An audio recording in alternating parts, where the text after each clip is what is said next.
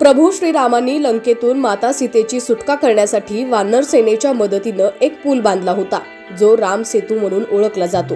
पाण्यावर तरंगणाऱ्या दगडाचा वापर करून हा राम सेतू पूल बांधण्यात आला होता.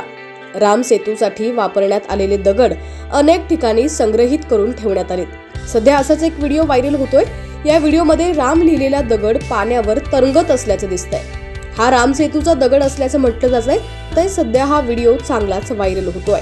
संपूर्ण व्हिडिओ पाहूयात. त्याआधी तुम्ही HPN मराठी न्यूज चॅनलला सबस्क्राईब केलं नसेल तर नक्की सबस्क्राईब करा आणि बेल आयकॉनवर क्लिक करून नोटिफिकेशन्स मिळवा. अयोध्येच्या राम मंदिराचं उद्घाटन पार पडलं.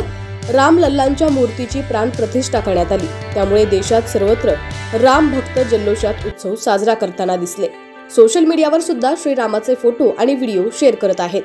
या व्हायरल व्हिडिओत तुम्हाला दिसेल की एका पंडिताच्या हातात एक दगड आहे. हे पंडित हातातला दगड पाण्याच्या मोठ्या टाकीत टाकताना दिसतायत. टाकीत टाकल्यानंतर दगड पाण्यात तळाशी जात नाही तर चक्क तरंगताना दिसतोय. हा राम सेतूतील दगड असल्याचं सांगितलं जातंय. हा व्हिडिओ पाहून तुम्हीही अवाक व्हाल. पाण्यावर तरंगणारा दगड पाहून कुणीही थक्क होईल. सध्या त्याचा हा व्हिडिओ तुफान व्हायरल होतोय.